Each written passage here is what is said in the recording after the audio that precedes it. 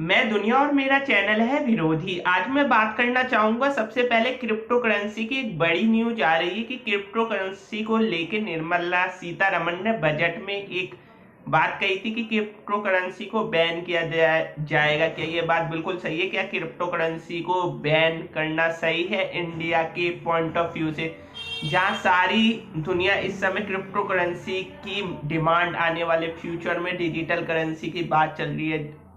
और digital currency के मैं बता भी चुका हूँ, आने वाले टाइम में कैशलेस सोसाइटी होगी।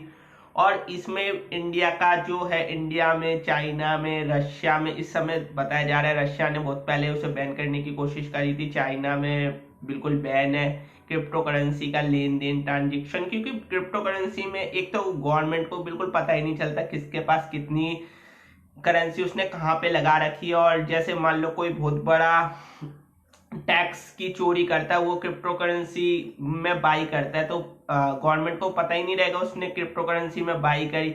ये फुल्ली इलीगल है। लेकिन गवर्नमेंट क्या कर रही है? गवर्नमेंट अब उसे ना लीगलाइज करेगी, रेगुलेट करेगी। जैसे रिजर्व बैंक अभी तक रेगुलेट करता है बैंकों को, और करेंसी पर कितनी मुद्रा छापनी है, कितनी नहीं छापनी, कितनी करेंसी कहाँ पे होगी, कितना कितना डेफिशिएट है बैंक में, उसको फिर डिफॉल्ट करके उसे बैंक को करप्ट कर दिया जाता है उसको, क्योंकि वो बैंक आगे नहीं चल पाता। लेकिन आज कैशलेस सोसाइटी की बात चल रही है। बिटकॉइंस का रेट हम रोज देख रहे हैं हाई पे हाई हुए जा रहा है। इसके अलावा एलॉन मस्क ने डॉज कॉइन के बारे में बोला, तो डॉज कॉइन का प्राइस भी इस समय काफी हाई लेवल पे पहुंच गया था, फिर अब थोड़ा लो आने लगा है फिर से वो। लेकिन एलॉन मस्क ऐसा करते क्यों हैं? और वो जिसका प्राइस बोल रहे हैं वही चीज इस समय देखा जाए तो बहुत आगे पहुंच जा रही है। और आखिर क्रिप्टो करेंसी है क्या और कैसे वर्चुअल तरीके से होती है? और इंडिया में तो माइनिंग करना बिल्कुल इलीगल है, और कितने सारे वॉलेट आ चुके क्रिप्टो करेंसी के नाम पे कि ये सारे के सारे फेक है। अगर क्रिप्टो करेंसी पे आप ट्रेडिंग करते हो, अगर अकाउंट आपने होल्डिंग कर रखा है क्रिप्टो करेंसी पे, तो क्या ये सारे, जैसे बाइनेंस हुआ, ये इसके अलावा कॉइन बेंस, वज्रेक्स जैसे प्लेटफॉर्म जो आपको क्रिप्टो करेंसी बनानी, तो इसमें आपको चार्जेस लगता है, आपका कितना मुनाफा होता है, तो ये आपको देखना होगा। क्योंकि अभी इंडिया की सरकार आने वाले 3 मंथ में के बाद अगले सेशन में जब पार्लियामेंट लगेगी, तो हो सकता है अपनी खुद की करेंसी बना दी जाए। और मैं तो फ्यूचर की बताता हूँ, तो फ्यूचर में आप देखना एक क्रिप्टो करेंसी होगी, लेकिन उसमें क्या होगा, गवर्नमेंट है ना वो रेगुलेट करेगी। और उसकी जो डिमांड है, जैसे मान लो एक बिटकॉइन से, उसका प्राइस सारी दुनिया में एक बिटकॉइन का उतना ही रहना है। ऐसे नहीं होगा जैसे डॉलर का प्राइस होता है। डॉलर का प्राइस इंडिया में 74 है, पाकिस्तान में 150 है, इंडोनेशिया में 2500 है, वेनेजुएला में अलग प्राइस है उधर। तो अलग अलग प्राइस होते हैं। लेकिन बिटकॉइंस या इथेरियम जो भी ऑल्ट कॉइन, तो इन सब का प्राइस एक ही रहना और एक ही करेंसी होनी है। जो मैं बताता हूँ, न्यू वर्ल्ड ऑर्डर का एक वो है, तो उसमें एक करेंसी को वैल्यू कर दी जाएगी, तो वही सबसे प्रामाणिकता है। और लोग बात करते हैं कैशलेस सोसाइटी की। अभी भी देखा जाए सारी दुनिया में पूरी इकोनॉमी कैशलेस ही है एक तरीके से। 90% जो इकोनॉमी है वो कैशलेस ही होती है। बस हमारे कुछ कंट्रियों में 10% होता है, कुछ कंट्री में 5% होता है, किसी कंट्री में 2% होता है करेंसी, जो में नोट या पेपर करेंसी या कॉइन के रूप में होती है। तो आप देख सकते हो, जैसे इस्टोनिया एक देश है, उसने कैशलेस हो चुका था काफी पहले। अब सारी दुनिया भी कैशलेस होने के लिए पेंडेमिक को लाया गया, क्योंकि उसके बाद चेंज करना है। तो कैशलेस सोसाइटी कैसे लाई जाएगी, तो इस पे काम बहुत अच्छा चल रहा है। क्योंकि मेरे को भी नहीं पता, जब मैं पहले एक टाइम में ऐसा था कि मैं अभी खुद भी वॉलेट नहीं रखता था, मेरे को कैशलेस की आदत हो चुकी थी।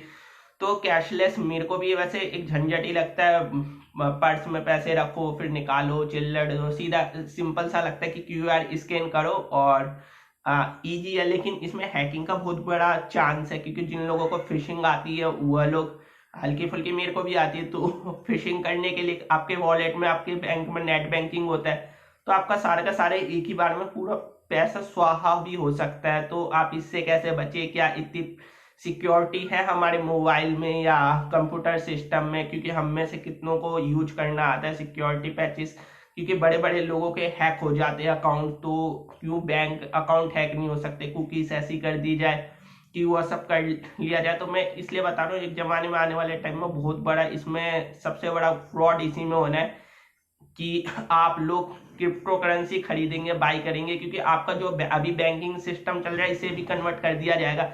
क्रिप्टो करेंसी के तहत, चाहे वो रुपए के मुद्रा में हो उसे भी क्रिप्टो में कन्वर्ट कर दिया जाएगा।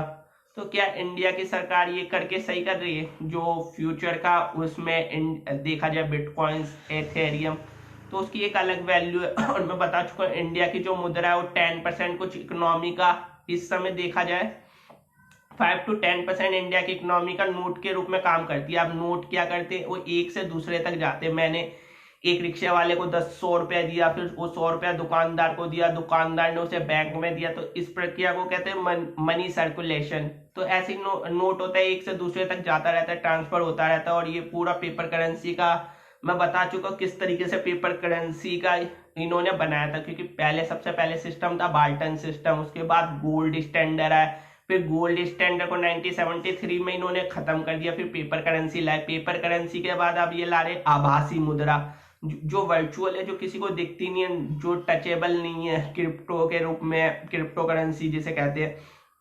तो इसका यूजेस क्या है और ये कैसे आने वाले टाइम में हमारा फ्यूचर है, और इसके बारे में, और आने वाले टाइम में और बहुत सारी चीजें होनी है। जो प्रोजेक्ट बनाए गए मेगा प्रोजेक्ट, जिसमें होलोग्राम है, सोलर सिटी है, और इन सबके जो फ्यूचरिस्टिक गोल्स हैं, तो उन पे ये काम चल रहा है। और आने वाले टाइम में कैसे आप लोगों को मैं एक आइडिया दे देता हूं कि कैसे आप लोगों का एक क्रेडिट स्कोर बना दिया जाएगा, आप कितना यूज कर सकते हो। क्योंकि बेसिक इनकम का कॉन्सेप्ट लाया जाएगा, यूनिवर्सल बेसिक इनकम, तो आप लोग उसमें कितना क्रेडिट कर सकते हो, कितना आप ज्यादा, उसकी क्रेडिट लिमिट होगी। जैसे आप क्रेडिट कार्ड का यूज करते हो तो आपका क्रेडिट जैसे ज्यादा होता है तो मंथली के बाद आपको पेनल्टी लगती है।